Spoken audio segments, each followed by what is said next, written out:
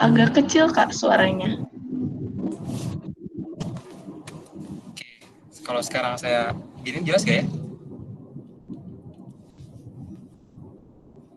Cukup jelas ya harusnya ya. Udah Kak, udah jelas. Oke, sip.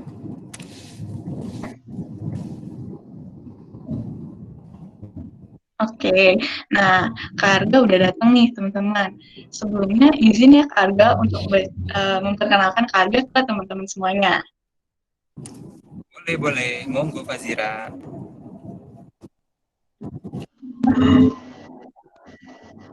Oke, jadi teman-teman Kak Arga ini alumni Ilmu Komputer dan dari Institut Pertanian Bogor. Kak Arga sekarang bekerja sebagai Customer Development Eksekutif di PT Nutrifood Indonesia. Kak Arga juga memiliki berbagai macam prestasi nih teman-teman. Pertama, Kak Arga ini adalah mahasiswa berprestasi 2 nasional tahun 2018, mahasiswa berprestasi 1 IPB tahun 2018, First Winner Nutrifood Leadership Award, dan masih banyak lagi. Nah, mungkin segitu dulu kali perkenalannya Kak. Tanpa basa-basi lagi, mari kita sambut Kak Arga. Waktu dan tempat dipersilahkan Kak. Oke, thank you Fazira buat perkenalannya. Teman-teman boleh minta tolong share screen ya dari panitia.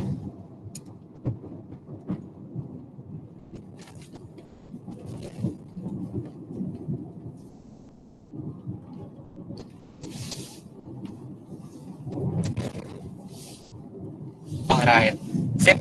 Seperti yang udah dibuka sama Fazira tadi, hari ini kita bakalan chat-chat ya teman-teman. Ngobrol-ngobrol, diskusi tentang gimana sih design thinking for problem solving. Dan sedikit people management skills yang bisa teman-teman terapin di kehidupan kampus. Di organisasi, di BEM, UKM, atau komunitas, or anything. Sebelumnya saya mau mastiin, sinyal saya atau suara saya putus-putus gak ya? Atau videonya aja? Atau suaranya juga?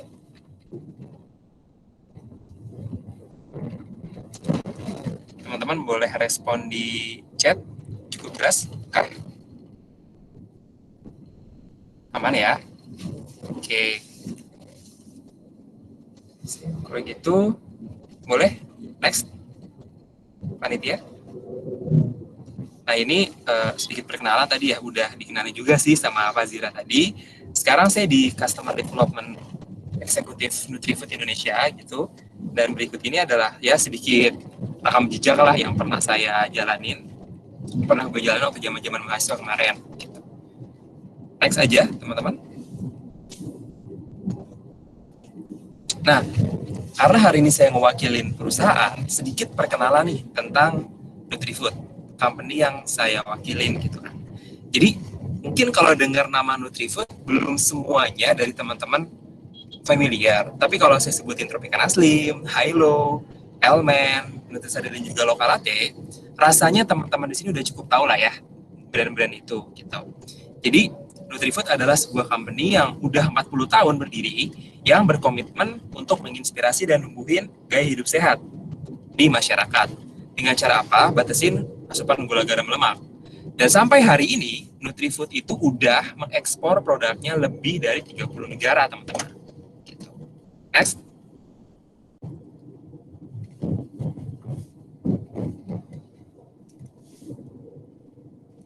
Nah, kenapa sih Nutrifood kerjasama dengan Growth Labs gitu ya, bikin sesi sharing chit-chat Lokalate sama teman-teman?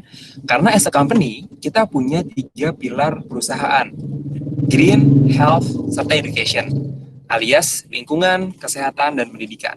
Nah, Nutrifood percaya untuk mengembangkan banyak pemimpin-pemimpin baru di masa depan. So that's why kita kerjasama dengan banyak komunitas, banyak institusi pendidikan untuk bikin Lokalate ngopi inspirasi atau dalam hal ini judulnya chit chat. Next. Nah, sedikit perkenalan nih tentang Nutrifood. Jadi Nutrifood ini kita punya julukan sebagai rumah kedua. Kenapa sih namanya rumah kedua? Karena bagi kebanyakan karyawan Nutrifood itu serasa kayak rumah aja. Jadi ketika kita kerja di sana kita ngerasa nyaman, kita ngerasa aman, seperti halnya di rumah gitu. Itu karena kita punya budaya perusahaan yaitu integrity, collaboration, innovation, respect, dan excellence atau disingkat ICARE. Nah, next.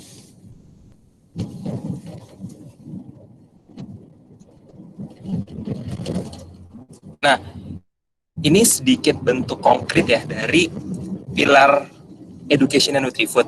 Jadi kalau teman-teman ngelihat Instagram feed-nya Lokalate, teman-teman bakal materi-materi yang terkait sama edukasi mungkin ketimbang promosi kopi itu sendiri, padahal Lokalate itu brand kopi.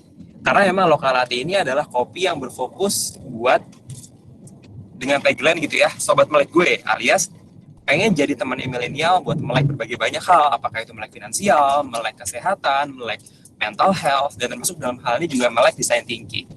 Gitu, makanya banyak banget materi-materi yang bisa teman-teman dapetin di Instagramnya Lokalate gitu. Next.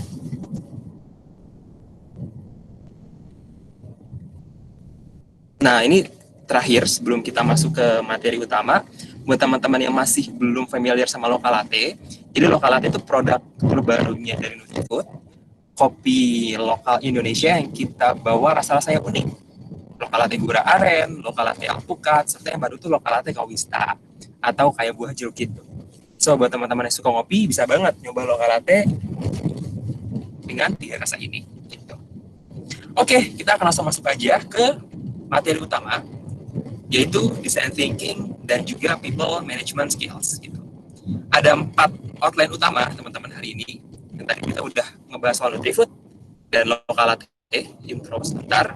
Kita juga akan ngebahas apa sih dan kenapa sih kita perlu design thinking.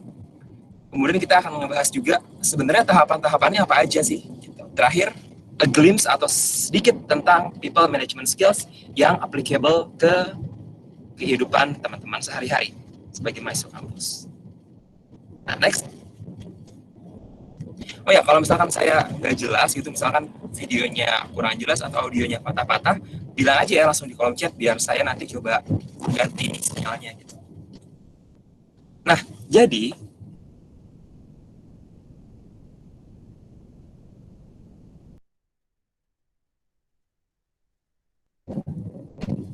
oke, sinyalnya udah balik. Jadi, design thinking itu intinya adalah suatu pendekatan yang berfokus sama manusia untuk merancang kebutuhan manusia, kemungkinan dari teknologi, serta keperluan atau requirement dari bisnis. Jadi ada 3 bagian nih yang coba di-tackle sama design thinking. Yaitu, selesai.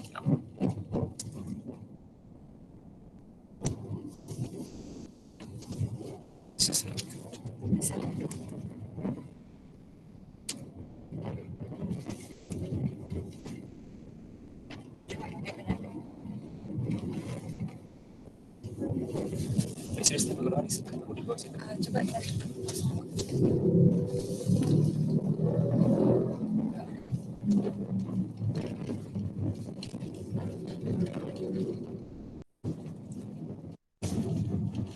Halo. Sorry tadi sempat putus sinyalnya. Sekarang udah jelas ya?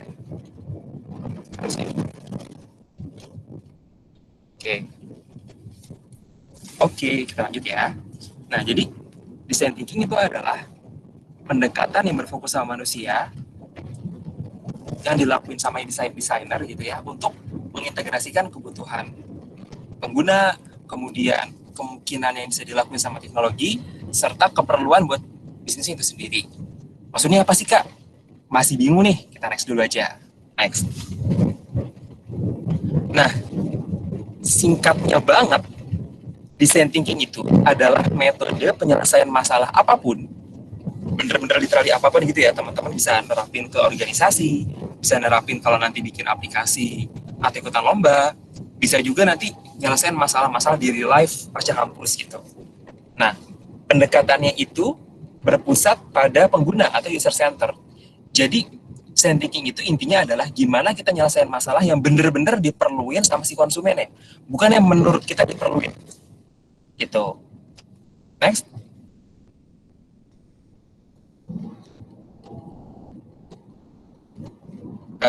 Next. Nah, kenapa sih kita perlu design thinking gitu kan? Kebanyakan dari kita, kalau kita bikin produk itu kita mikirnya gimana kita bikin orang jadi pengen sesuatu. Sesuatu ini dalam konteks yang kita bikin, maksudnya karya kita atau produk kita gitu. Nah, design thinking itu dibalik, bukan kita bikin orang jadi pengen produk kita, melainkan kita bikin sesuatu yang memang orang inginkan. Jadi kita bikin sesuatu yang benar-benar relevan dengan kebutuhan orang itu. Simpelnya begitu. Kenapa kita perlu design thinking? Karena seringkali sebuah produk tuh gagal di pasaran, sebuah ide tuh nggak laku di dalam organisasi. Itu karena memang tidak diinginkan oleh orang-orang itu. Gitu. Sehebat mungkin kita memarketingkan idenya, sehebat mungkin kita membujuk orang jadi ingin ide itu, kalau ide itu emang nggak diinginkan sejak awal, memang tidak menjadi kebutuhan orang-orang, ya percuma gitu. Akhirnya banyak ide yang mati sebelum berkembang gitu ya, sebelum jadi inovasi, karena tidak mengikuti kaidah-kaidah design thinking dalam proses pembuatannya. Next.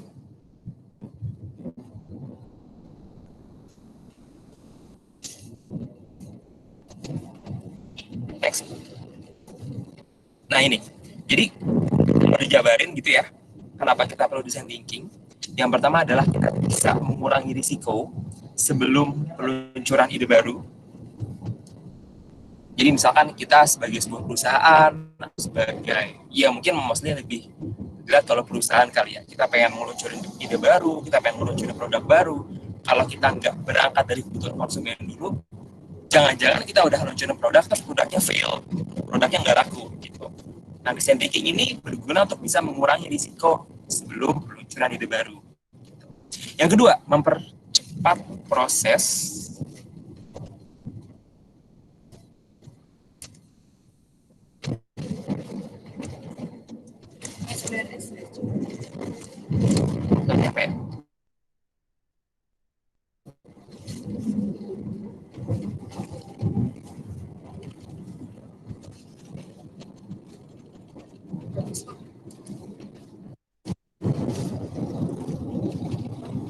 Oke, kita lanjut ya. Yang kedua adalah mempercepat proses. Jadi bayangin, kita punya tim, misalkan 50 orang, untuk membuat suatu produk baru di perusahaan kita. Kalau misalkan tahapan bikin produk baru itu nggak jelas, kalau misalkan kita bikinnya nggak ada metodologi yang sistematis dalam ngembanginnya, orang-orang akan bingung, ini sebenarnya kita bikin produk apa sih? Ini kenapa sih kita mesti bikin produk ini? Ini asumsi siapa sih yang mau kita kerjain? Karena nggak berangkat dari kebutuhan konsumen. That's why supaya tim kita belajarnya cepat dalam bikin produk yang mau sama-sama kita bikin, itulah kita perlu design thinking. Gitu. Dan yang ketiga, design thinking itu yang pasti dia akan menghasilkan solusi yang inovatif, bukan cuma incremental. Maksudnya gini, solusinya itu bukan cuma kayak memperbaiki sedikit dari solusi yang lama, tapi benar-benar baru dan nyelesain masalah konsumen. Contohnya gitu ya. Contohnya gini, kalau misalkan dulu Ford pas pertama kali bikin mobil, Ford bilang gini, kalau misalkan saya cuma pemain-pemain lain doang atau para pengusaha lain, ya yang akan saya bikin adalah membuat kuda yang lebih cepat aja, membuat kuda yang lebih kuat aja buat dijual ke orang-orang. Tapi karena dia benar-benar paham kebutuhan konsumen yang paling dasar, akhirnya dia bikin mobil yang benar-benar inovatif. Gitu. Nah itulah kenapa kita perlu design thinking. Next.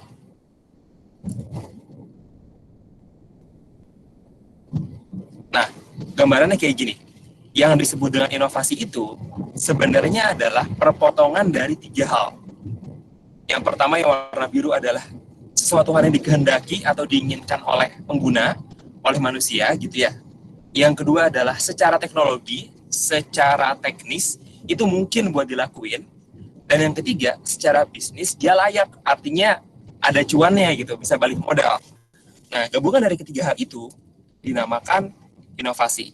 Dan cara buat craftingnya, cara buat menyusunnya dengan metode design thinking yang akan kita bahas dari slide selanjutnya. Next. Nah, simpelnya ada 5 tahapan dalam design thinking. Sebenarnya 3 tahapan utama, cuma untuk supaya lebih jelasnya, gua paparin jadi 5 gitu ya.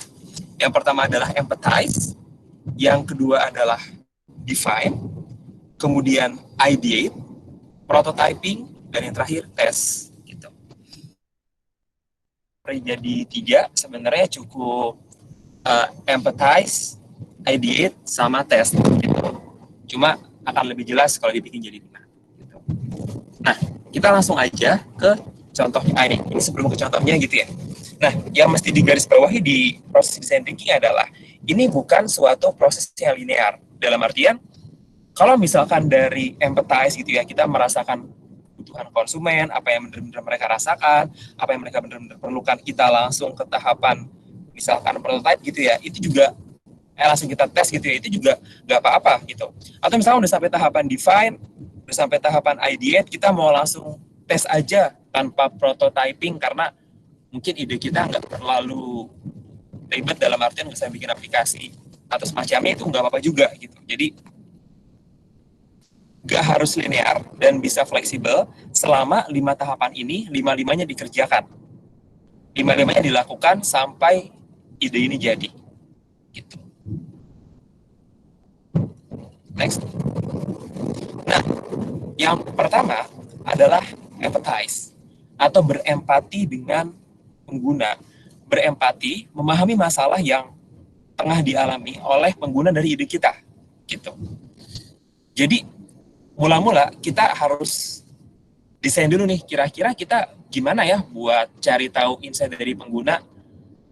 Gimana nih riset kita? Oh, kita pengen coba ngumpulin 20 orang yang punya masalah transportasi dari satu titik ke titik lain.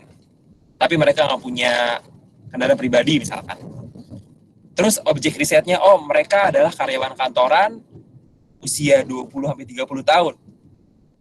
Terus lakuin deh interview, tanya-tanya ke mereka, atau mungkin FGD kalau misalnya mau langsung sekalian 2-3 orang gitu. Nah, output dari tahapan pertama, dari tahapan empathize ini adalah data, insight, user persona. User persona itu kayak adalah gambaran profil user yang ideal dari suatu ide yang pengen kita coba. Contoh, anggaplah diri kita sebagai Nadiem Makarim gitu ya, yang pengen bikin aplikasi Gojek. Nah, kita kan pasti nggak mungkin dong tiba-tiba bikin aplikasi Gojek.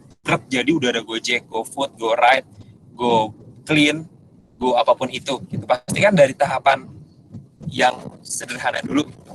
Pasti kan dia nanya-nanya dulu ke target pengguna dia di masa depan seperti apa. Nah, itulah yang dimaksud dari user persona. User persona itu adalah kira-kira nih profil pengguna si Gojek itu seperti apa sih? Oh, tadi usia 20-30 tahunan, karyawan kantoran, nggak punya kendaraan pribadi. Dan itulah orang-orang yang mesti kita riset. Kita empathize, kita cari tahu masalah itu apa, sehingga kita bisa merumuskan solusi atau masalah yang tepat di tahapan selanjutnya. Gitu. Nah, important notes yang harus kita garis bawah di tahapan pertama, empathize ini. Ketika kita berempati, kita harus hati-hati. Karena seringkali tahapan pertama ini bukan kita jadi memahami orang, justru kita jadi istilahnya apa ya? Cuma nyari validasi doang dari asumsi sendiri gitu. Contohnya kayak, oh orang yang nggak punya kendaraan pribadi, dia pasti misalkan orang yang punya kendaraan pribadi berarti dia pasti juga nggak masalah kalau misalkan dia jalan kaki kemana-mana. Itu kan asumsi kita aja gitu. Kalau kita berangkat dari asumsi itu, berarti mereka sebenarnya kalau mereka emang suka jalan gitu ya, nggak mau naik ojek dong, ojek jadi nggak perlu dong gitu misalkan. Nah, supaya itu tidak terjadi, kita harus benar-benar berempati, bukan cuma validasi asumsi sendiri gitu. Itu buat tahapan pertama, yaitu empathize gitu. Next. Nah, setelah kita berempati sama pengguna, sama user kita coba tentuin, kita coba nyatakan dalam kalimat apa yang sebenarnya dibutuhin sama user kita. Caranya seperti apa? Dengan metode framing the problem within a point of view. Gitu. Jadi kayak misalkan kita udah nanya-nanya ke karyawan kantoran, usia 20-30 tahun, yang nggak punya kendaraan pribadi. Terus kita bisa nyatain tuh masalahnya. Misalkan kita amazed untuk menyadari bahwa betapa banyak orang nih yang butuh transportasi publik yang nyaman, tapi harganya murah dan fleksibel untuk dibawa kemana-mana. Maksudnya fleksibel untuk ditentuin titik endpoint-nya di mana, gitu. Nah, itu yang dimaksud dengan framing the problem within a point of view. Jadi kayak dari point of view-nya konsumen, problem mereka tuh seperti ini, dan ini, gitu. Maka dari itu, output dari tahapan ini adalah problem statement atau rumusan masalah, gitu. Lagi-lagi yang harus digarisbawahi di tahapan ini adalah kita bukan mendefinisikan keinginan atau kebutuhan perusahaan kita sendiri, tapi kita benar-benar mendefinisikan kebutuhan pengguna. Maksudnya apa sih? Kita lihat di slide selanjutnya. Next. Nah, kebanyakan orang ketika belajar design thinking, di dalam tahapan define the problem, dia berpotensi bikin problem statement tuh kayak yang pertama tuh, lihat. We need to increase our product market share among young teenage girls by 5%. Gitu. Seakan-akan itu adalah problem statement yang benar di tahapan define. Padahal itu adalah problem statement buat si perusahaannya sendiri. Ingat, di tahapan empathize kita harus menggali masalah dari user kita, bukan dari perusahaan kita. Nah, maka dari itu, problem statement yang tepat adalah yang kedua atau yang di bawah gitu. Kita lihat dari sudut pandang si konsumen ya. Jadi teenage girls need to eat nutritious food in order to thrive, be healthy, and grow. Gitu kan, meskipun intinya sama, tapi yang satu dari sudut pandang perusahaan, yang bawah itu dari sudut pandang konsumen. Cuma perbedaan subjek-objek aja itu bisa membuat tim kita tuh juga jadi berubah kayaknya. Gitu. Next.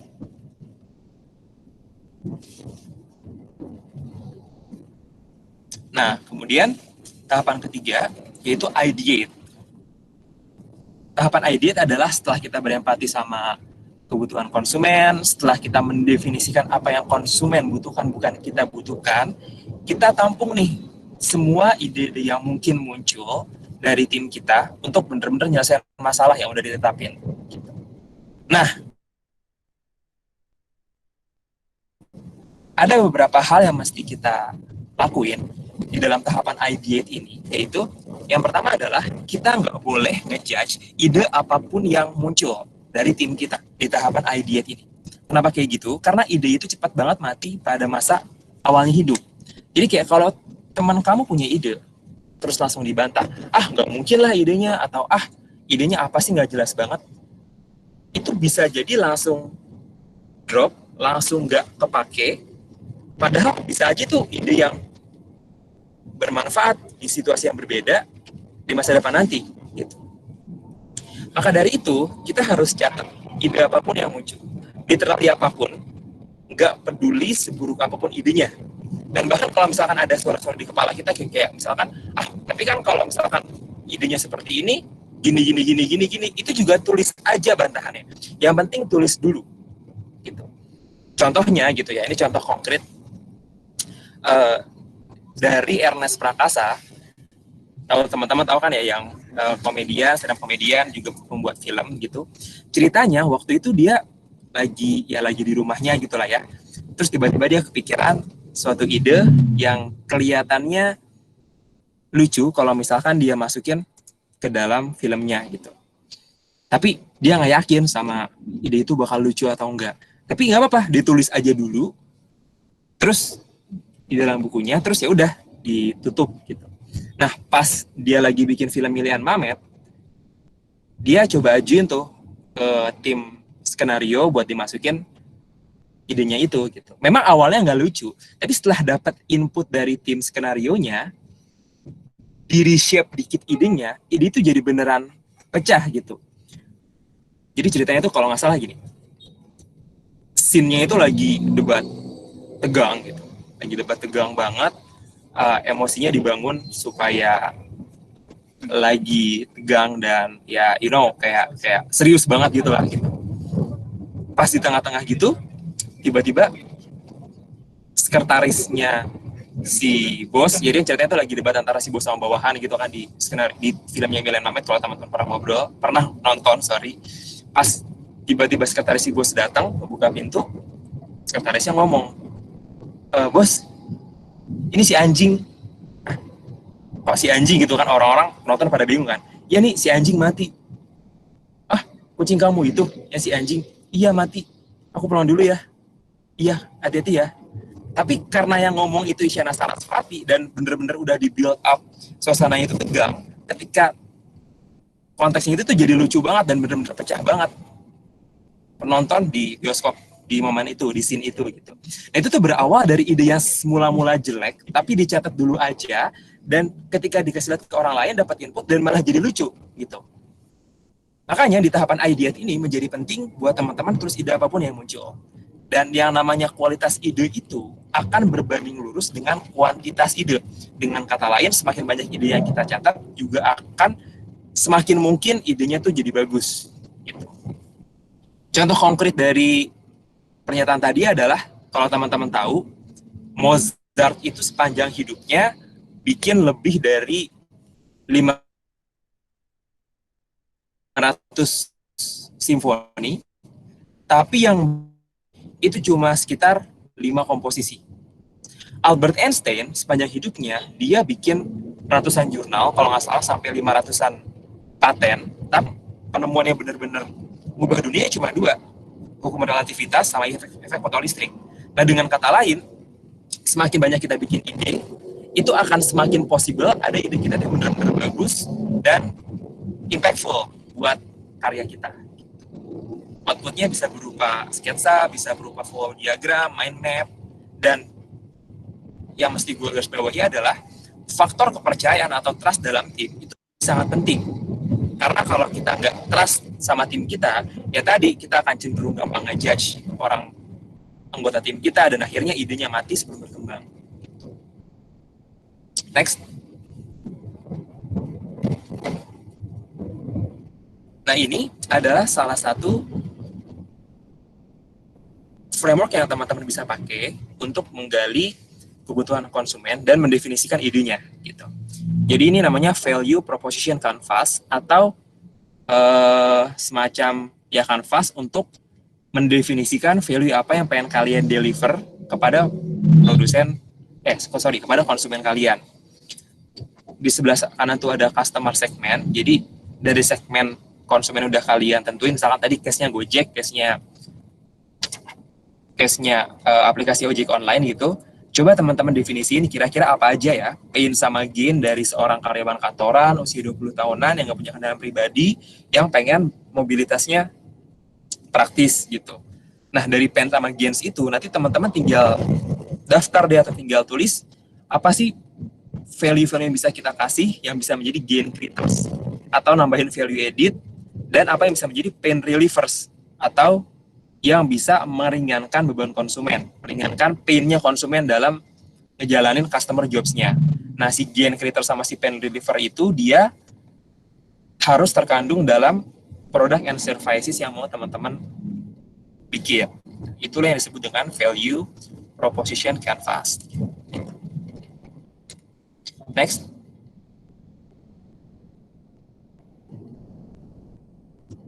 Nah, tahapan keempat adalah prototyping.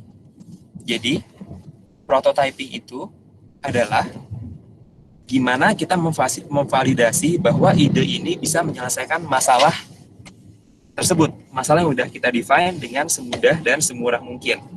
Gitu. Nah, catatannya adalah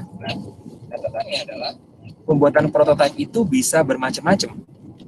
Tergantung apa idenya. Contohnya ya, kalau misalkan prototipe aplikasi, kita pengen bikin aplikasi gitu ya, ya cukup gambar-gambar aja, entah itu di sketsa atau kita bikin di Corel gitu. Dan yang harus digarisbawahi adalah prototype ini cukup sebatas MVP atau most viable products. Sekedar bisa jalan dulu aja udah cukup.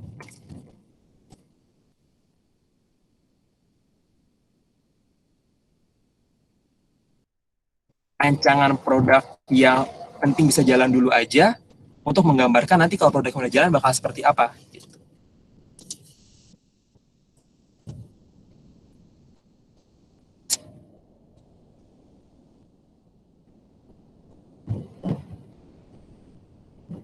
Next.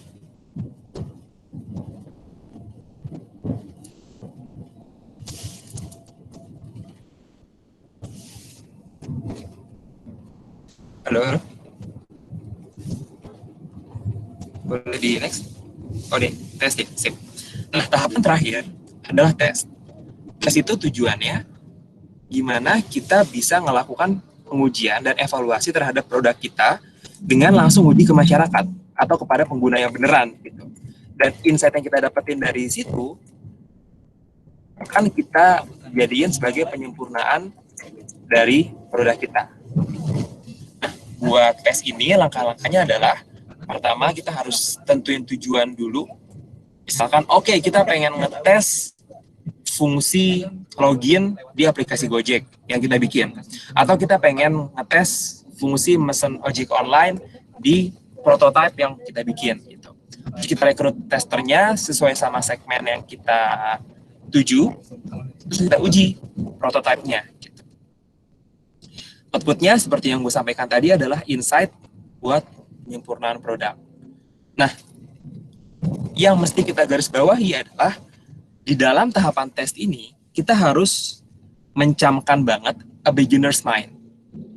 Alias, seakan-akan kita itu tidak lebih tahu, sama sekali tidak lebih tahu, dari orang yang kita tanya, si testernya.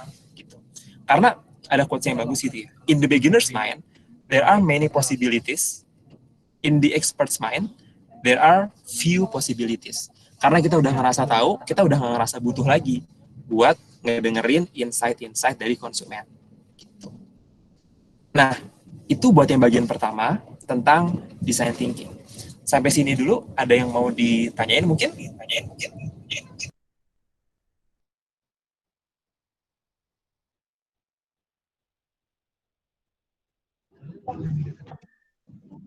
Boleh nih, buat teman-teman ada yang mau ditanyain, bisa langsung di tools yang Q&A ini ya, yang segitiga di kanan atas. Oke.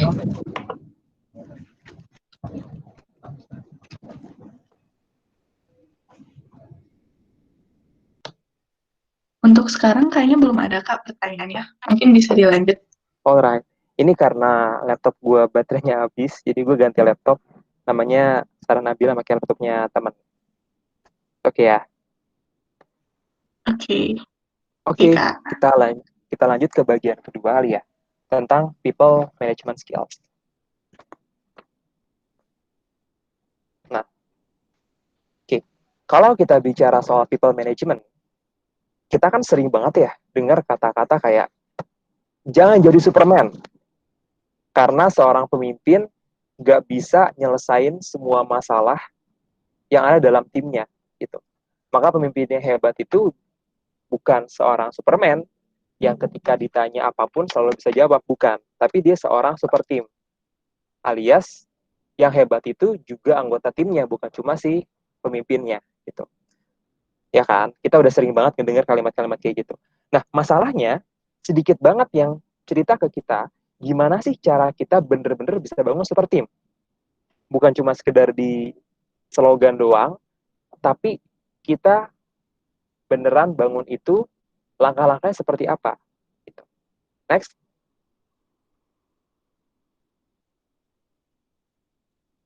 Nah ini, supaya kita bisa mentransformasi organisasi kita dari Superman ke super team, kuncinya adalah kita harus membangun organisasi kita dengan model leader-leader, bukan leader follower. sumber konsep ini, sumber framework ini, bukan dari gue pribadi, tapi memang dari pengalaman real seorang kapten kapal selam Amerika Serikat di Navy SEAL, di Angkatan Laut Amerika Serikat. Jadi ceritanya gini, di Navy SEAL, di Angkatan Laut Amerika Serikat, itu ada 12 skuadron kapal selam nuklir. Jadi kapal selam bertenaga nuklir. Nah, ceritanya di skuadron 7 itu ada kapal selam yang jelek banget, sedemikian jeleknya sampai-sampai jadi olok-olokan di antara orang-orang angkatan laut lain gitu. Jadi kayak olok-olokannya kayak gini. Lu kalau kinerja lu nggak bener, nanti lu bakal ditendang lo ke Santa Fe gitu. Nama kapalnya Santa Fe kan. Lu bakalan dibuang ke sana lo gitu. Nah, ceritanya di tahun 96 atau 97 gitu, ada seorang kapten kapal selam Amerika Serikat yang ditugasin ke kapal Santa Fe. Dan dia ngeliat di sana itu model leadership-nya sangat-sangat leader follower. Makanya motivasinya rendah, orang-orang jadi jelek performanya, nggak ada kesatuan dalam tim, dan akhirnya jadi yang paling buruk seangkatan laut.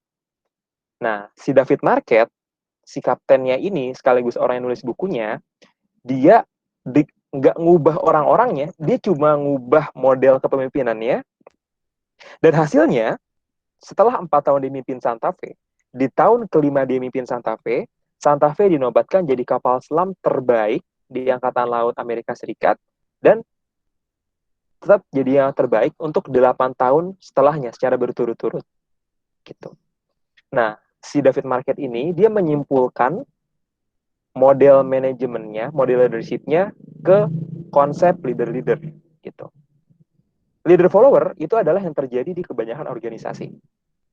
Yaitu di mana si leader dia sekedar nyuruh atau ngasih tahu aja si follower atau si anggotanya apa yang harus dia lakukan. Kayak, oh iya, lu anggota divisi humas, coba lu bikin publikasi tanggalnya sekian, sekian, sekian, sekian. Oke, lu anak sponsor, coba lu cari sponsor ke perusahaan ABCD yang udah gue tentuin. Oke, lu coba anak Kominfo, anak divisi IT dan divisi publikasi, coba lu bikin publikasi di website, YouTube, di Instagram, gini gitu. Nah, seakan-akan model gitulah yang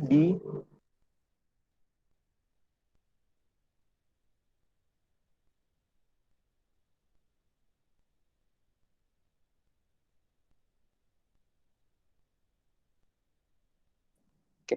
Sorry tadi keputus rupanya. Oke.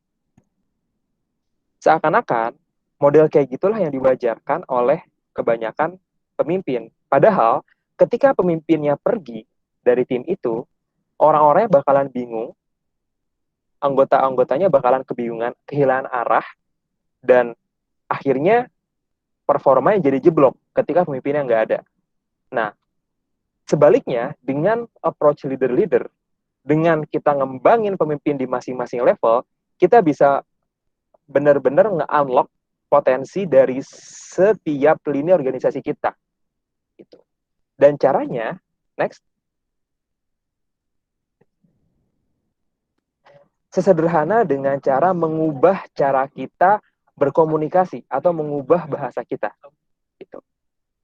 Nah, gini, ketika kita jadi pemimpin di leader follower, seringkali bawahan kita itu akan cenderung minta izin. Contoh ya, Kak, boleh nggak aku nih anggota divisi sponsor ngedeketin perusahaan ABCDE? Boleh nggak Kak aku sebagai divisi humas ngontak media partnernya ABCDE? Aku minta izin ya buat ngontak media partner gini gitu. Seringkali di organisasi yang leader follower, modelnya adalah minta izin. Makanya di sini disebutin leader follower itu take control. Seharusnya kalau kita adalah seorang leader yang mengembangkan leader gitu ya, leader yang memimpin leader, kita tuh harusnya give control. Gimana caranya? Dengan cara menginstruksikan di awal atau menyepakati di awal kalau ada anak anggota yang punya ide, itu konteksnya bukan minta izin, tapi menyatakan niat. Jadi kalau di Inggris itu kayak gini, I request to do this, itu kan yang leader follower. Kalau yang leader itu adalah I intend to do this, kayak gue berniat nih buat ngundang gestar ini di acara kita. Gue berniat nih buat misalkan kerjasama sama alumni angkatan sekian sekian sekian gitu. Nah, sesederhana itu aja, dari minta izin ke menyatakan niat, dari asking for request ke intending to, itu bakalan beda banget. Karena kalau asking for request itu istilahnya tuh bolanya di pemimpinnya.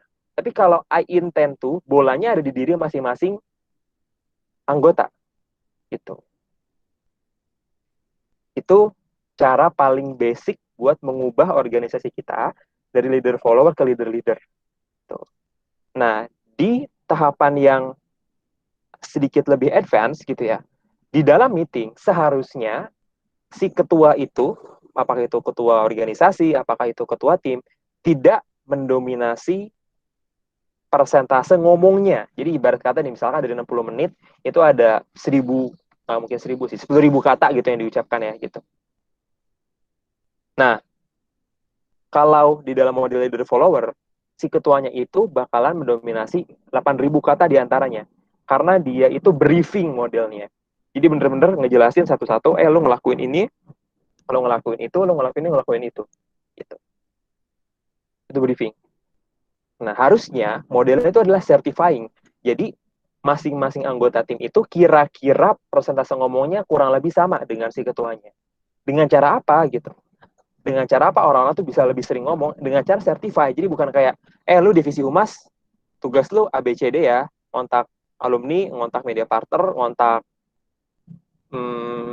misalkan media gitu, dalam waktu 2 minggu ini ya. Lu divisi sponsor, lu tugasnya ngontak perusahaan ABCD ya gitu. Bukan ngasih list di briefing gitu, tapi ditanya, lu kira-kira gimana rencananya buat ngontak sponsor? Oh, divisi sponsorship, coba jelasin ke yang lain. Itu kan dia certifying-nya, dia memastikan apakah orang-orang sudah paham atau belum kerjaannya dan langkah-langkah yang mesti mereka kerjakan gitu. Itu adalah certifying. Nah, pun di dalam meeting itu ketika ngasih order, jangan yang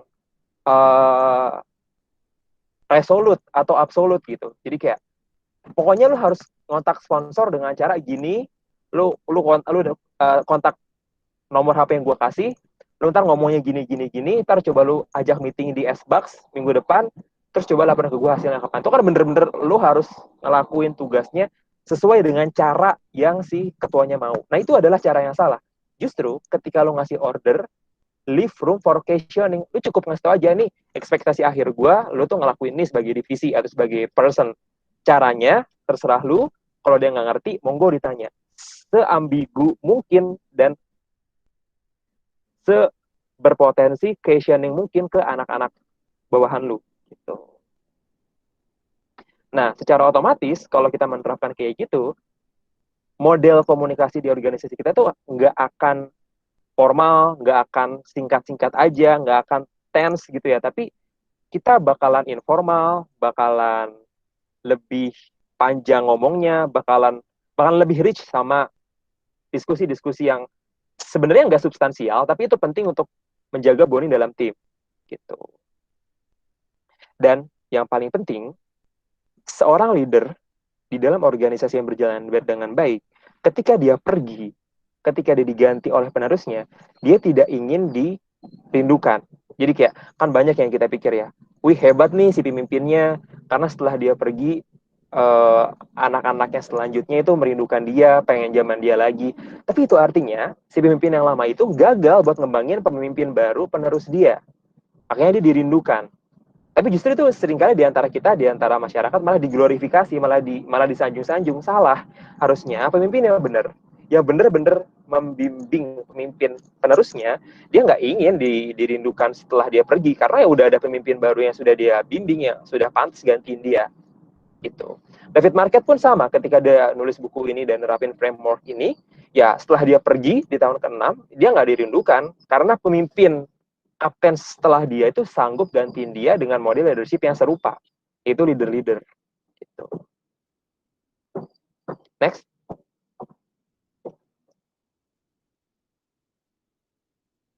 Nah, kita bisa bikin permisalan leader follower sama leader-leader tuh dengan perumpamaan kereta api, gitu ya. Kita tahu kan, kereta Argo Bromo untuk menempuh perjalanan dari Jakarta Surabaya itu perlu waktu kira-kira sekitar 8 jam. Gitu kan. Karena kecepatan dia cuma 70 km per jam. Dan guess what? Kira-kira di mana letak mesinnya si Argo Bromo? Yes, letak mesinnya itu di depan si kereta api. Atau di belakang kalau misalkan lagi balik ke arah Jakarta gitu. Sebaliknya, Shinkansen kita tahu dia adalah kereta tercepat di dunia dengan kecepatan 320 km per jam. Kurang lebih sekitar berapa tuh? 4 kali lipat lebih ya dari Argo Bromo gitu. Dan kalau teman-teman tahu, letak mesin Shinkansen itu dia berada bukan di belakang, bukan juga di depan, melainkan di tiap-tiap gerbong dari keretanya. Pengibaratannya seperti itu. Leader follower, dia itu kalau bukan ada di depan organisasinya, dia itu ada di belakang, antara dia narik atau dia dorong. Gitu, dan ya hasilnya akan kayak Argo Bromo. Tapi kalau kita bisa nurturing leaders in all levels, bikin pemimpin di tiap-tiap level organisasi kita, ya kita akan secepat Shinkansen bergeraknya. Karena mesinnya ada di tiap-tiap gerbong. Itu permisalannya dari leader follower versus leader-leader. Gitu. Next.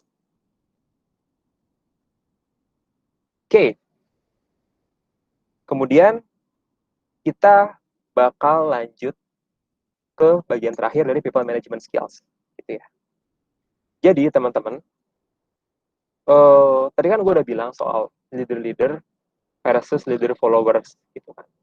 Nah, organisasi yang bisa nerapin leader-leader dengan aman itu secara secara logis konsekuensinya adalah orang-orang yang tergabung di dalam organisasi itu dia memiliki psychological safety gitu. Jadi apa sih psychological safety itu? Psychological safety itu dia konsep yang gue rujuk dari buku Smarter Faster Better, buku bisnis yang bagus banget. Teman-teman buat yang suka self improvement atau yang pengen bikin bisnis, gue sangat menyarankan buat baca buku itu gitu ya. Jadi sedikit background dulu ya tentang psychological safety. Ceritanya Google itu dia bikin riset. Kira-kira apa sih formula yang bikin suatu tim itu menjadi tim yang berhasil? Regardless negaranya, regardless job desk-nya apa, kira-kira apa gitu. Nah, akhirnya dia meriset nih Google. Dia meriset di lebih dari 30 negara yang ada kantor Google-nya, lebih dari 400 tim dan 17.000 karyawan. Nah, dia menemukan suatu pola.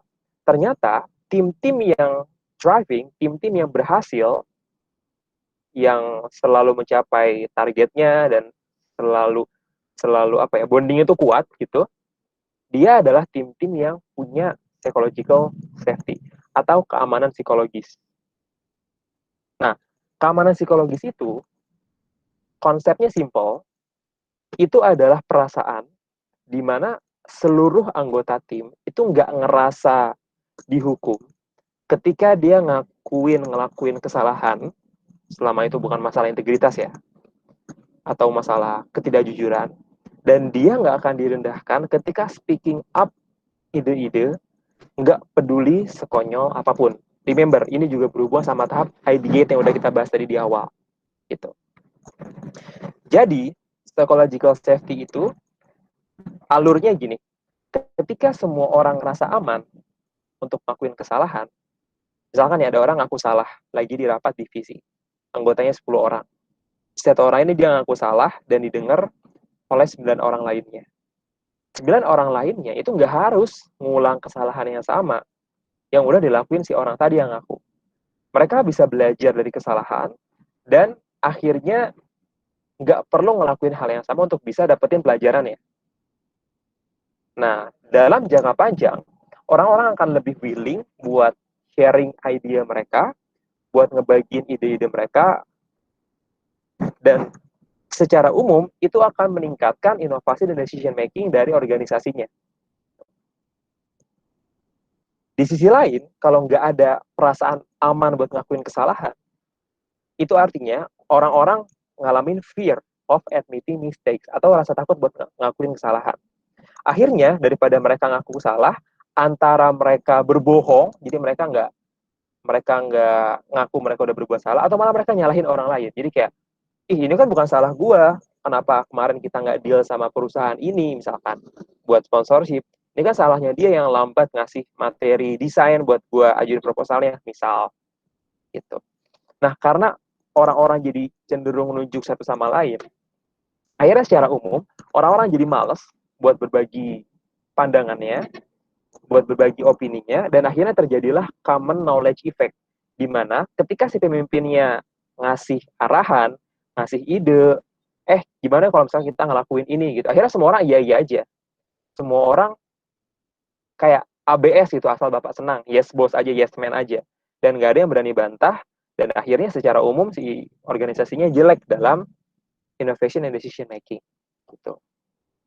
Kalau mau disimpulin, kita kan lihat ya, ada tipe organisasi yang dia itu mengandalkan fear buat mengontrol anggotanya. Ada juga yang mengandalkan trust untuk mengendalikan timnya gitu. Nah, ini sebenarnya tergambar dari sebelah kiri sama sebelah kanan nih. Yang kiri itu adalah fear, sementara yang kanan adalah trust gitu. Meskipun mimpin dengan fear itu akan efektif, kelihatannya itu hanya akan berlaku buat jangka pendek. Dalam jangka panjang akan selalu lebih efektif kalau kita mimpin market trust, meskipun hasilnya mungkin nggak instan dan perlu waktu. Gitu.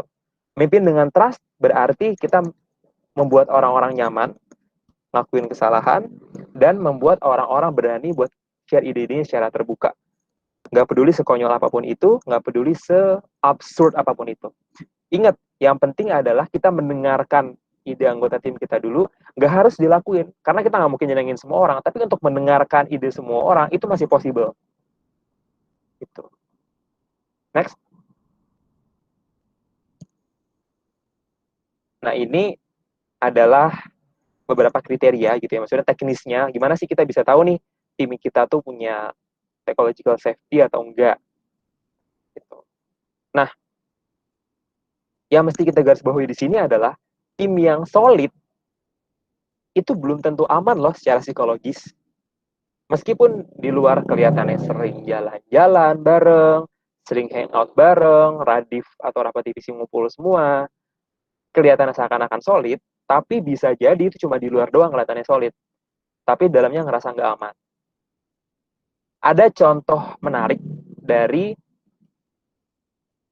dia tuh RSUD di negara bagian Rhode Island di Amerika Serikat. Kalau di sini sih bayangin aja kayak RSUD Jawa Barat lah gitu misalkan. Ceritanya di RSUD itu tuh dokter sama suster itu saling konflik. Jadi dokternya itu ngerasa berkuasa dibanding susternya, dan susternya ngerasa si dokter ini semena-mena dan semaunya sendiri gitu. Akhirnya si susternya tuh bikin aliansi buat buat kayak melawan para dokter-dokter itu gitu. Jadi mereka kayak kalau misalkan ada dokternya yang ngapain, ada dokternya, ya kayak mereka tuh udah nandain aja, oh ini dokter yang hitam artinya dia ngeselin banget, ini dokter yang merah artinya ngeselin cuma dia kadang-kadang baik, ini dokternya hijau, dokternya oke gitu. Jadi kayak separah itu komunikasi antar suster dokter di RSUD tersebut sampai perlu nyiriin dengan kode-kode tertentu buat semua dokter yang di sana. Singkatnya gitu. Nah, meskipun seakan-akan kelihatannya solid karena si suster itu punya musuh bersama, yaitu si dokter, kenyataannya si kepala suster itu nggak bikin psychological safety. Alhasil, ketika ada seorang suster yang ngelakuin salah masang tabung oksigen di bayi, terus akhirnya bayinya biru, dia menghindar dari tanggung jawab itu dan akhirnya jadi malpraktek gitu. Dan dia nggak berani buat ngaku itu, dan seakan-akan itu jadi disikapi sebagai kegagalan alat aja, bukan kesalahan seseorang gitu. Dan karena suster lainnya nggak belajar dari kesalahan itu, akhirnya banyak suster lain yang ngulang kesalahan yang sama, dan jadi banyak bayi yang gitu. Dampak dari psychological safety ketika dia tidak ada, itu bisa mengancam bahkan nyawa seorang pasien. Sesederhana karena kesalahan itu takut buat diakuin gitu. Nah, itu masih itu ekstrim sih kalau misalkan di rumah sakit. Mungkin kalau di organisasi kita tidak se ekstrim itu, tapi dampaknya boleh jadi sama ketika nggak ada psychological safety gitu.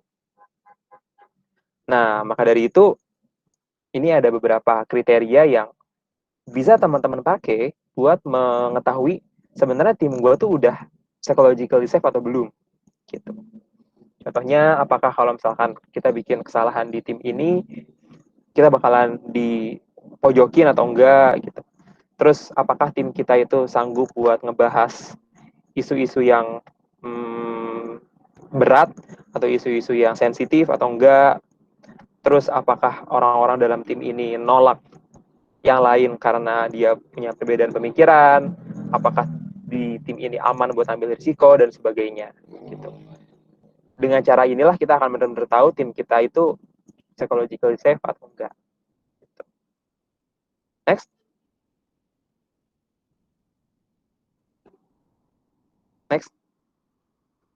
Oke, that's all from me. Monggo kalau teman-teman ada yang mau tanya jawab, saya kembaliin ke moderator.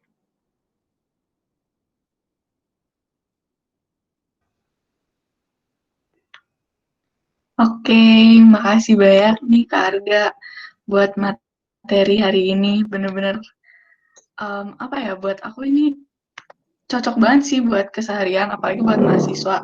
Dan aku dengar-dengar emang design thinking ini emang lagi rame banget untuk dipelajari ya Kak. Dan Betul. sumbernya pun udah banyak di Google ya Kak. Betul. Banyak banget. Terus aku paling bener-bener banyak insight baru pas bagian people management skill, itu bener-bener aplikatif banget sih Kak. Yes. Karena soal leadership ternyata Nah, nggak sesimpel yang kita pikir gitu ya. Iya Kak. Iya benar, benar banget Kak. Ternyata kayak rumit juga buat bikin tim itu. Nah, mungkin aku mau nge-review ulang ya Kak dari materi awal sampai tadi akhir. Jadi yang pertama tadi, kenapa sih harus design thinking dan apa sih design thinking itu? Jadi design thinking itu adalah metode penyelesaian masalah apapun yang berpusat dari para pengguna. Dan kenapa sih design thinking? Karena design thinking ini kita bisa membuat sesuatu yang orang-orang inginkan, bisa mengurangi resiko, mempercepat proses, menghasilkan solusi yang inovatif. Terus tadi step-step design thinking itu ada 5 ya Kak. Yang pertama itu empathize, define, idea, prototype, test. Dan mereka ini nggak bersifat linear. Terus tadi yang ketiga itu people management skill, yaitu kuncinya adalah model leader, bukan leader follower ya Kak. Nah, terus yang kedua tadi juga psychological safety, di mana psychological safety ini bisa membuat tim kita merasa nyaman kerja dengan kita. Kayak gitu sih Kak tadi yang materi yang aku dapat. Nah, mungkin sekarang pemaparan materinya udah selesai. Tadi kayak Kak Arga udah bilang, kita lanjut ke sesi Q&A. Nah, jadi untuk para partisipan bisa langsung menggunakan fitur Q&A yang ada segitiganya yang di kanan atas ya teman-teman. Di situ kalian bisa mengajukan pertanyaan atau memberi like ke pertanyaan yang kalian rasa menarik dan ingin dijawab langsung. Oke, tadi aku udah lihat beberapa pertanyaan, aku bacain ya Kak.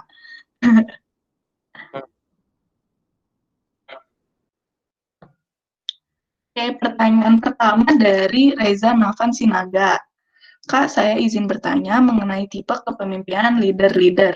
Biasanya dalam satu tim seringkali anggota yang menginginkan pemimpin memberitahu apa yang dilakukan, apa yang perlu dilakukan oleh pemimpin untuk meyakinkan anggotanya untuk mewujudkan kepemimpinan leader to leader. Boleh Kak dijawab pertanyaannya? Oke, kalau yang ini, Reza, itu biasanya adalah case-nya si pemimpinnya, bukan, si anggota itu ngerasa sebenarnya kurang termotivasi karena selama ini dia cuma disuruh ngelakuin perintah atasannya aja yang basically itu bukan idenya, gitu. Secara psikologis, orang akan lebih semangat buat ngelakuin suatu project kalau memang itu ide dari dia sendiri. Kalau memang itu ide yang dia telurkan atau at least dia berkontribusi di dalam proses pembuatannya, gitu. Nah, maka dari itu penting buat ngedorong seorang anggota itu buat coba bikin ide atau paling tidak melibatkan dia dalam proses pembuatan ide di dalam tim itu, entah misalkan ide kayak tadi gue contoh case-nya mungkin buat mahasiswa, ide buat nyari sponsor kemana, atau ide danusan mungkin buat fundraising gitu. Karena kalau dia ngerasa ide itu milik dia atau sebagian milik dia turut berkontribusi, dia punya sense of belonging di ide itu, dan akhirnya dia nggak perlu nunggu dikasih tahu terus oleh si pemimpinnya buat gerak.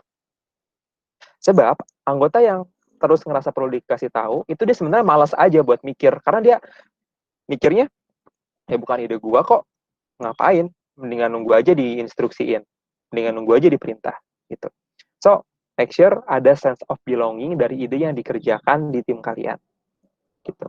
Memang gak mudah, memang susah, tapi bisa. Dan kalau udah bisa itu akan sangat kerasa perbedaannya. It's something worthy to do, I think. Gitu.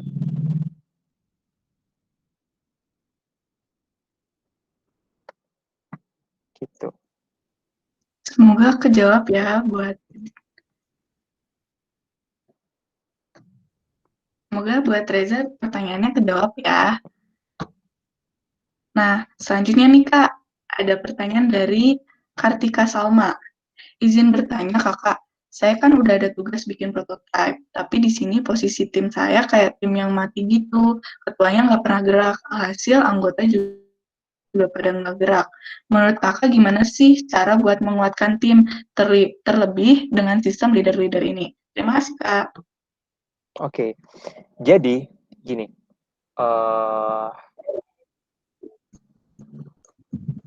untuk menjadi pemimpin yang baik itu bukan terletak di dalam meeting.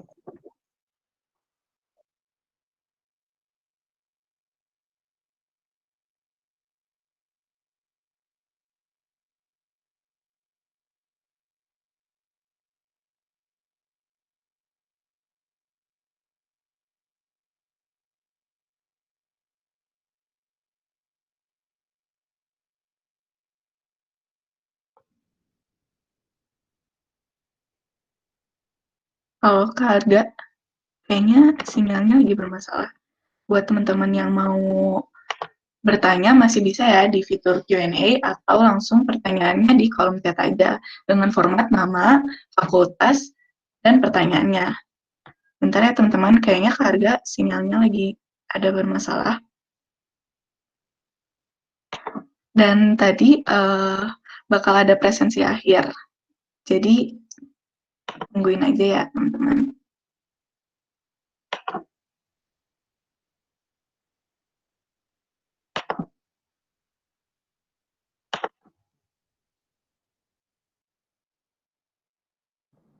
Halo, halo, halo. Udah ada Kak suaranya? Oke, sorry tadi ke potong ya gara-gara sinyalnya mati. Oke. Iya. Tadi pertanyaannya tentang gimana kita bisa nguatin tim ya. Oke, jadi leadership is not something you do in the meeting, tapi leadership is something you do between the meetings. Yang bikin kamu itu menjadi leaders yang bagus bukan karena kamu ngarahin tim pas rapat bagus, bukan karena kamu bisa nge-breakdown tugas bagus pas rapat, bukan. Itu iya, tapi bukan cuma itu. Tapi apa yang kamu lakuin ke anggota-anggota kamu di luar meeting, di antara meeting-meeting itu, di kelas, di waktu senggang mereka, di saat mereka lagi susah, gitu. Dengan kata lain, kuncinya ada di bonding. Dan bonding itu tentunya bukan bahas kerjaan, tapi gimana kamu bisa kenal sama anggota tim kamu, peduli sama mereka secara personal, regardless job desk yang mereka kerjain masing-masing. Karena ketika si ketua nggak gerak, anggota nggak gerak, itu sudah pasti bondingnya jelek. The thing that the leaders do between the meetings-nya kurang, gitu. Maka dari itu solusinya simple. Mereka perlu ngumpul, entah itu dalam, ya mungkin sekarang masih ngumpul online kali ya. Mereka perlu ngumpul, mereka perlu ngobrol lebih banyak, justru bukan soal kerjaan. Justru tentang hal-hal di luar kerjaan, buat kalian satu sama lain, baru setelah udah ada bonding yang kebentuk, mereka bisa ngerjain tugasnya dan lebih efektif, gitu. Ini saya nggak tahu ya, time frame-nya si Reza berapa lama buat ngerjain prototipe ini. Kartika Salma. Kalau misalkan waktunya masih panjang, gue sangat rekomendasi buat ngelakuin ini dulu. Do the thing between the meetings. Gitu. Itu bonding informal. Tapi kalau misalnya waktunya udah mepet banget, ya mau nggak mau, pakai cara-cara yang lebih praktis, yang mau aja buat ngerjain bagian orang yang masih willing aja buat ngerjain prototipe. Itu kayaknya cukup common sense sih. Tapi untuk sisanya, si leadernya lah yang harus proaktif, atau setidaknya mungkin kalau ada wakil ketuanya atau ada BPH-nya harus aktif buat ngedeketin anggotanya secara personal, gitu. Karena salah seorang leadership, salah seorang ahli dalam bidang leadership yang saya percaya banget, quote-nya pernah bilang gini, if you don't understand people, you do not understand business or organization. Kalau kamu nggak ngerti manusia, kamu nggak ngerti cara ngejalanin organisasi atau cara ngejalanin bisnis. So understand the people first, and then your organization or your team or your business will run well. Gitu.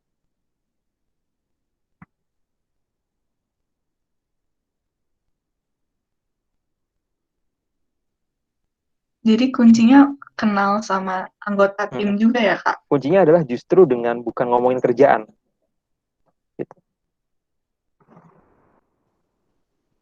Oke. Itu Semoga buat Kartika Salma nambahin jawab sedikit ya. ya, itu bahkan terbukti juga di Gimana, Kak? perusahaan kayak saya sekarang gitu loh ya.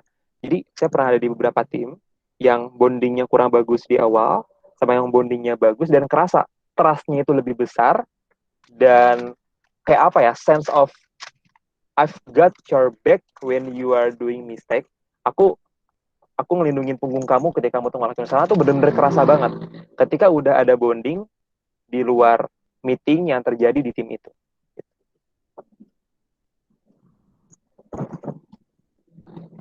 Gitu.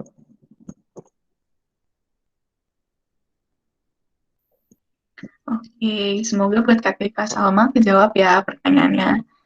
Nah, lanjut nih Kak, ada lagi pertanyaan dari Dion Timotius Daily.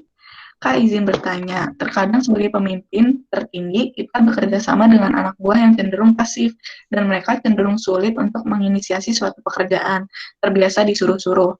Bagaimana caranya menerapkan konsep leader to leader jika kondisi bawahan kita cenderung pasif, Kak? Oke. Ya ini honestly cukup tricky ya untuk kita bisa mengaktifkan anggota kita yang pasif gitu. Tapi konsepnya gini, manusia itu dia secara psikologis ya, ada risetnya, dia akan suka kalau dirinya itu punya autonomi atau punya wewenang akan hal yang dikerjakan sama dia gitu. Jadi sebenarnya kayak lingkaran setan, karena dia udah kebiasa disuruh-suruh, karena dia udah biasa nggak punya autonomi, nggak punya wewenang, dia akhirnya jadi demotivasi. Karena dia demotivasi, dia akhirnya ya nunggu disuruh aja, dan akhirnya muter terus kayak gitu. Nah, untuk breaking lingkaran setan tadi, satanic circle tadi gitu ya, evil circle, kalau yang dilakuin sama si David Marquette di bukunya Turn the Ship Around adalah dengan cara menyepakati di awal, dalam tanda kutip, memaksa di awal untuk bilang ke untuk anggotanya ketika dia menyampaikan sebuah ide, bukan request, tapi intent to do something. Ini mungkin akan sedikit tricky kalau di organisasi mahasiswa gitu ya. Kalau di militer, seperti yang si market itu mungkin. Tapi kalau di Ormawa itu kayaknya agak susah, karena gimana caranya lo maksa orang buat berbahasa sesuai dengan kemauan lo, itu emang agak tricky sih. Gitu. Tapi, kita masih bisa nerapin ini dengan cara yang lain. Misalnya nih ya, contoh, coba aja dialog heart to heart. Sebenarnya dia itu suka nggak sama job desk dia sekarang? Apakah mungkin dia pengen job desk yang lain? Di job desk ini kamu ngerasa punya wewenang nggak atau kebebasan nggak dalam ngelakuin apa yang kamu pikir benar atau kamu pikir bagus? Kalau misalkan enggak, apakah karena masalahnya di misalkan ketua divisi kamu, atau masalahnya ada di diri kamu yang nggak cocok sama kerjaannya? Bisa juga kayak gitu. Karena dia nggak cocok sama kerjaannya, akhirnya dia demotivasi. Gitu. Sehingga perlu buat ditanya secara pondasi dulu, dia nyaman gak sama kerjaannya. Kalau oke, dia udah nyaman, itu artinya masalahnya ada di kebiasaan pemimpinnya aja sebelum ini yang suka nyuruh-nyuruh. Nah, itu agak tricky sih. Itu bisa dimulai dengan cara ketika kita lagi meeting gitu ya, diubah aja pola komunikasinya. Bukan ngasih tahu si orang itu dia harus ngelakuin apa, tapi ditanya sampai dia mau jawab, menurut kamu apa yang mesti kita lakuin selanjutnya? Di job desk kamu, harusnya kamu ngelakuin apa nih nextnya? Ditanya aja gitu. Meskipun akan lama, sangat-sangat text time, mungkin 3 kali lipat dari metode briefing waktu yang diperlukan, tapi itu doang cara yang memungkinkan buat mengubah seseorang yang udah biasa leader follower menjadi leader-leader gitu. Ingat, trade off untuk mengubah seorang follower ke leader, dari model leader follower ke leader adalah waktu. Waktu yang lebih panjang, tenaga yang lebih banyak. Tapi itu worth it buat dilakuin. Gitu.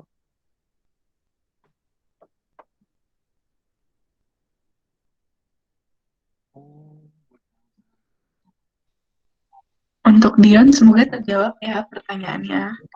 Ini aku lihat masih makin banyak nih Kak pertanyaannya. Oke. Jadi pertanyaan selanjutnya dari Gifari SIKS. Selamat siang, izin bertanya. Tadi dipaparkan slide perbedaan dari leader follower dan leader-leader adalah be curious dan be questioning. Boleh dijelaskan Kak perbedaan dari kedua hal tersebut? Terima kasih Kak. Oke, operator boleh balik ke slide perbedaan tadi nggak?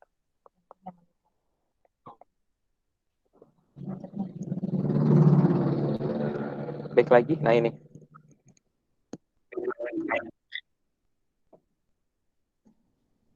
Oke, kelebihan. Next.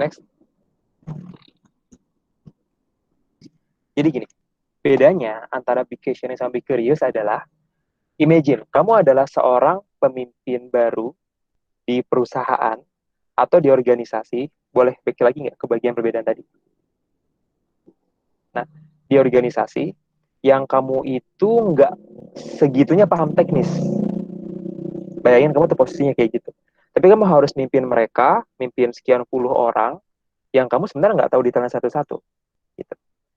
Kalau kamu be questioning, kamu tuh kayak mempertanyakan kerjaan mereka, kayak, lu kenapa sih ngerjainnya kayak gini?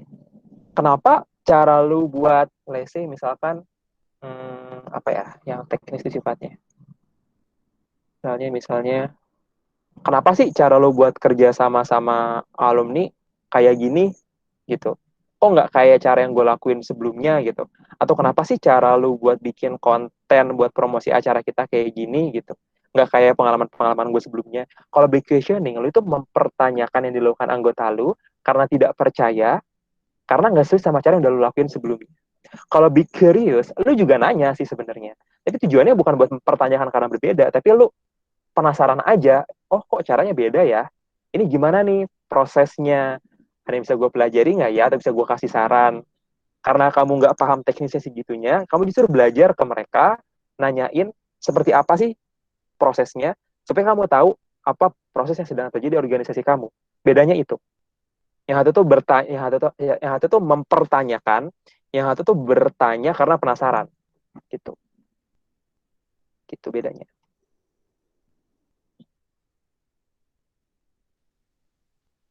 Oke, buat Givari semoga terjawab ya.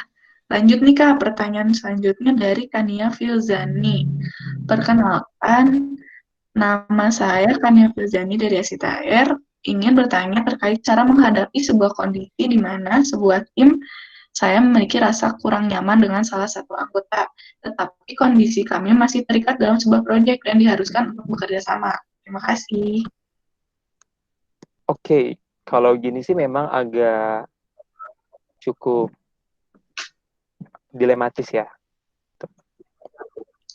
Ada beberapa pilihan yang bisa teman-teman ambil dan silakan ditimbang tergantung konteks yang sedang terjadi gitu.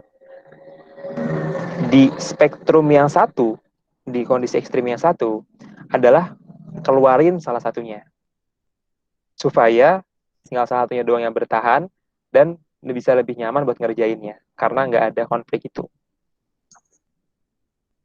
Di ekstrim yang lain adalah ya udah tetap berjalan seperti biasa aja dan berharap supaya uh, konfliknya tidak muncul sering-sering banget dan kerjaan tetap jalan. Nah, ada orang yang pernah bilang kebenaran itu ada di tengah-tengah bagian abu-abu atau golden mean-nya gitu. Rata-rata emas. Nah, tengah-tengahnya adalah sebenarnya gini sih. Ini emang cukup perlu effort dari si ketuanya, tapi yang paling mungkin, pakai teknik komunikasi ini. Jadi ketika mereka lagi punya masalah, ketika misalkan si A sama si B gitu ya, mereka cekcok karena masalah yang mereka alami di kerjaannya gitu. Nah, cara komunikasi ini itu dari si A ke si B, coba disuruh dengan format kayak gini gitu. In my assumptions, kelakuan lu tuh kayak gini. Jadi in my assumptions, what you do is bla bla bla bla bla bla. Jadi kayak itu mereka dipaksa buat bilang bahwa konflik yang muncul itu sebenarnya berawal dari asumsi mereka terhadap perilaku temennya. Nah, karena udah diawali dengan diasumsiku, kamu tuh kayak gini, sehingga kayak gini, itu tuh secara tidak langsung memberikan ruang buat si orangnya yang lain buat memvalidasi asumsinya, benar atau salah. Karena kebanyakan dari konflik komunikasi itu berawal dari interpretasi yang salah karena asumsi pribadi. Makanya perlu diawali komunikasinya dengan diasumsiku, kamu tuh kayak gini, gini, gini, gini. Itu titik tengahnya sih yang bisa kamu ambil kalau misalkan konfliknya belum terlalu hot, masih di titik-titik awal dan masih bisa diselesaikan dengan cara seperti itu. Itu kalau udah fatal banget dan udah mendesak banget, ya mungkin kamu bisa bergeser ke spektrum sebelahnya yang ekstrim yang lain, mungkin ngeluarin salah satu anggotanya. Tergantung konteksnya apa yang sedang kamu alami, silahkan dipilih pilihannya. Atau misalkan belum terlalu parah banget, masih ringan banget, ya biarin aja gitu. Kamu yang memilih dari konteksnya gitu.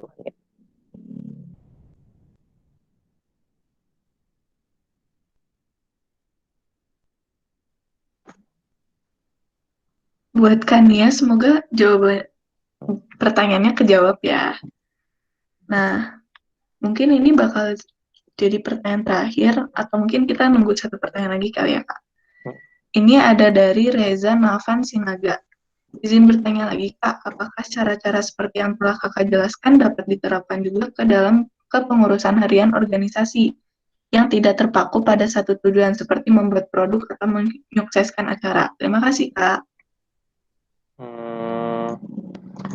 Oke, kalau dalam kepengurusan harian, nggak diambil secara mentah-mentah, tapi gini, yang dibilang sama salah seorang pakar design thinking, dia bilang gini, design thinking is a mindset, not just a step to follow blindly. Design thinking itu kalau diterapkan benar-benar dan sering kamu ulang, itu lama-lama akan menjadi mindset. Bukan cuma sekedar langkah-langkah baku, langkah-langkah prosedural buat kamu lakukan. Kalau kamu udah punya mindset design thinking, setiap kali kamu pengen bikin kebijakan sebagai seorang ketua, setiap kali kamu pengen bikin, misalkan, ya lebih ke kebijakan ya, atau bikin aturan baru, kamu akan berawal dari empathize dulu gitu. Sebelum gua bereaksi nih dengan bikin kebijakan kayak gini gitu, sebenarnya mereka butuh ini nggak sih? Sebenarnya apakah iya ini menjadi solusi bagi masalah yang sedang dialami oleh organisasi gua gitu. Contoh gitu ya, dulu waktu gua di uh, kampus gitu ya, di IPB, gua sempat bikin kebijakan, misalkan waktu itu tuh uh, nggak boleh ada orang yang anggota yang pacaran dalam organisasi, dalam tim. Itu kan peraturannya klasik banget tuh di dalam organisasi kan. Gitu. Tapi itu gue mendefinisikan aturan itu tidak dari apa yang dirasakan oleh tim gue, tapi dari turunan aja yang sudah-sudah gitu. Dan ternyata di kepanitiaan gue saat itu beneran ada yang pacaran gitu. Tapi terbukti nggak ngaruh ke kinerja mereka. Jadi mereka tuh pacaran, di tengah-tengah acara tuh putus. Jadi kan harusnya kan jadinya jadi crowded banget kan, jadi ganggu kinerja kan. Tapi ternyata enggak juga. Gitu. Nah, terus gue jadi mikir lagi gitu setelah bertahun-tahun kemudian. Waktu itu gue bikin kebijakan, gak boleh pacaran. Tapi nggak berasal dari kebutuhan konsumen gue, dalam hal ini adalah anggota gue.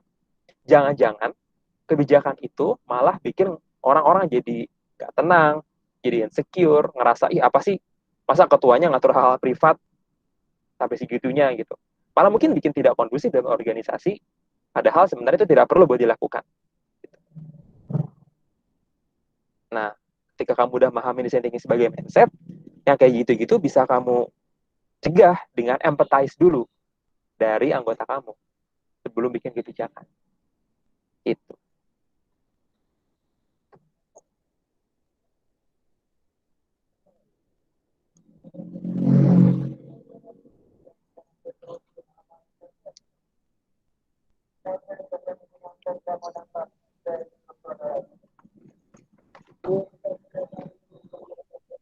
Oke, tadi untuk Reza semoga pertanyaannya terjawab ya. Oke, kayaknya udah nggak ada lagi yang nanya nih, Kak Arga. Oke. Makasih banget tadi buat teman-teman yang udah nanya. Em, Semoga nanti kayak bisa ada kesempatan lagi buat kita sharing-sharingnya sama Kak Arga, karena ini yang people management sangat-sangat relate banget ya Kak, buat dalam organisasi mahasiswa terutama. Betul sekali. Oke, nah sekarang kita ada pemberian, sebelum pemberian sertifikat, aku pengen ini sih Kak, kira-kira dari Kak Arga, boleh nih kasih closing statement dulu buat para partisipan yang hadir di webinar kali ini. Kira-kira ada nggak Kak? Oke, boleh. Jadi gini, teman-teman, satu closing statement yang pengen saya sampaikan gitu ya. Ini adalah sebuah filosofi kepemimpinan yang sayangnya baru saya sadari itu beberapa tahun setelah saya lulus kuliah. Padahal waktu saya di kuliah, saya mimpin banyak organisasi dan gak nerapin ini ketika saya mimpin. Dan sekarang di perusahaan, di company, saya ngelihat orang-orang yang juga tidak menerapkan filosofi itu sampai sekarang, padahal udah jadi manajer, udah posisinya tinggi, dan kelihatan dampak buruk yang tersirat, yang tidak jelas banget sih, tapi kalau dirasa-rasa, itu ngaruhin ke produktivitas organisasi. Subtle, tersirat, tapi nyata gitu. Filosofinya adalah ini. Leadership adalah leaders are not responsible for the numbers. Leaders are responsible for the people responsible for the numbers. Kalian sebagai pemimpin itu nggak bertanggung jawab directly pada number loh. Justru yang harus kalian perhatikan adalah orang-orang kalian, tim kalian, yang mana mereka lah yang bertanggung jawab pada numbers.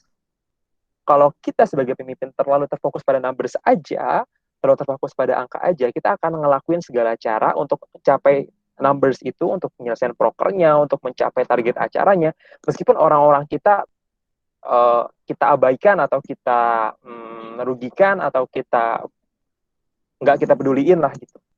Tapi kalau kita benar-benar taking care for the people, bikin trust dalam tim kita, bukannya fear, mereka akan kerja tanpa kita harus paksa dengan leader-leader tadi untuk mengejar numbers-nya. Dan itu akan lebih sustain. Gitu. So always remember, leaders are the one who responsible for the people, responsible for the numbers. Gitu. Dan leaders are just like parenting gitu. Not everyone can be a parent, and not everyone should be a parent. Parenting itu pilihan. Kamu jadi orang tua itu pilihan, gak ada yang wajibin kamu, dan kamu juga nggak seharusnya jadi parent kalau kamu nggak mampu. Leaders juga kayak gitu. Kalau kamu udah milih sebagai pemimpin, kamu harus willing buat sacrifice sebagian hidup kamu untuk anggota yang kamu pimpin. Gitu. Just like a parent.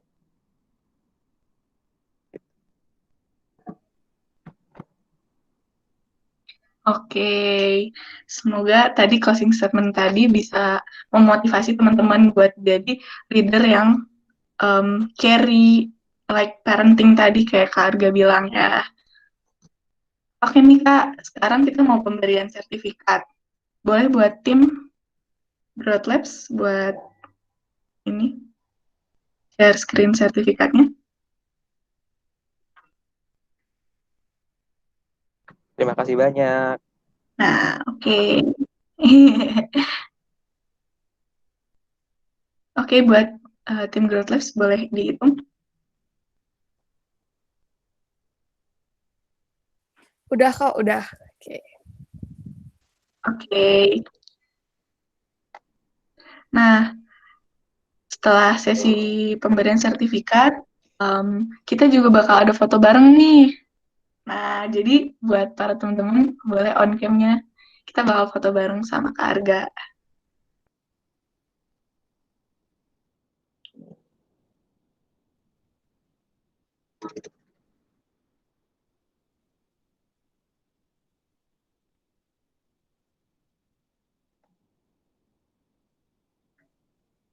Oke, ini ada yang on ya.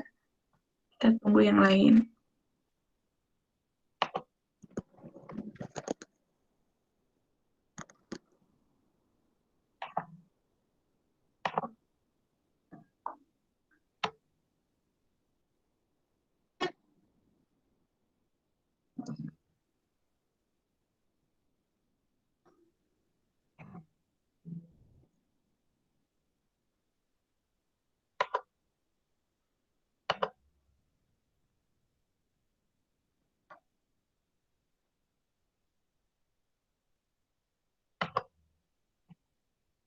Oke, semuanya nyalain kameranya ya.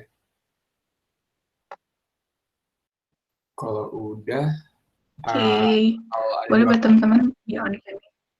bakal ada 2 kali ngambil foto. Pertama biasa aja, yang kedua bebas. Oke. Oke. Bentar, nyalain kameranya. Kok pada nggak ada ya di gue? Guys, baru muncul nih. Oke.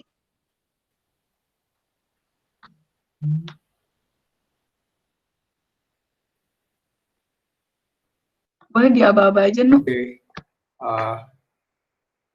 Semuanya. 1, 2, 3.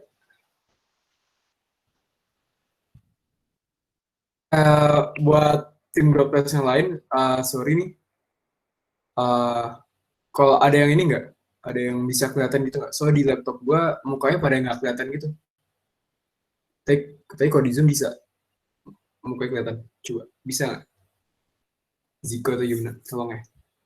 Buat jaga-jaga.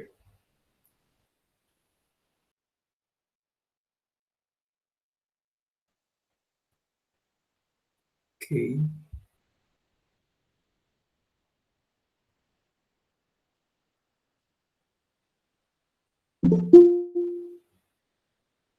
Oke, kalau udah,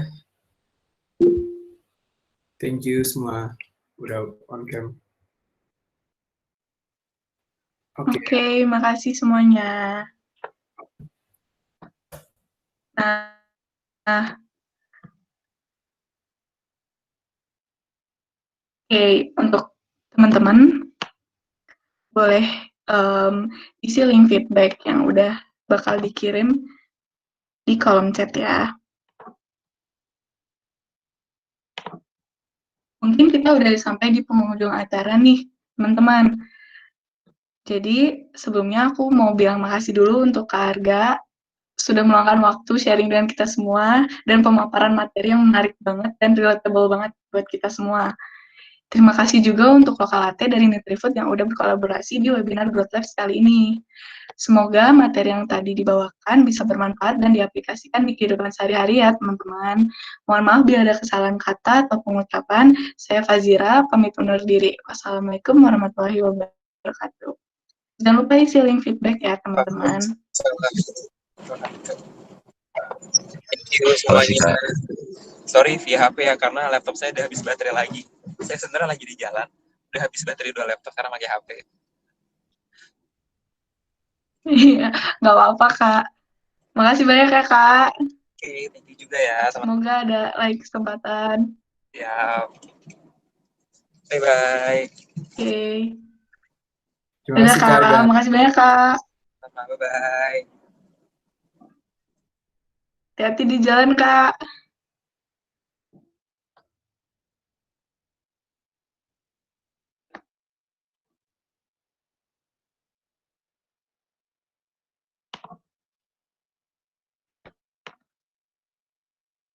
Oke. Ini ada link feedback yang bisa diisi, boleh diisi.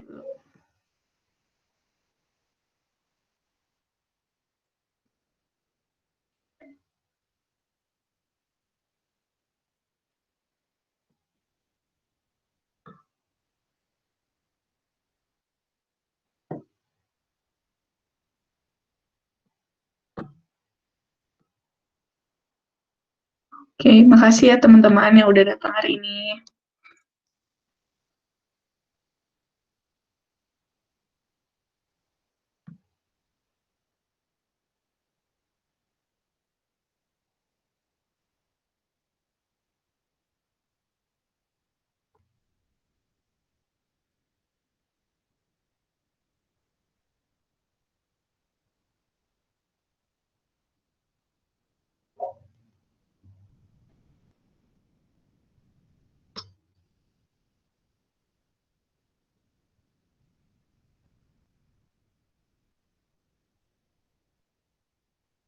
Oke, jangan lupa ya isi presensinya.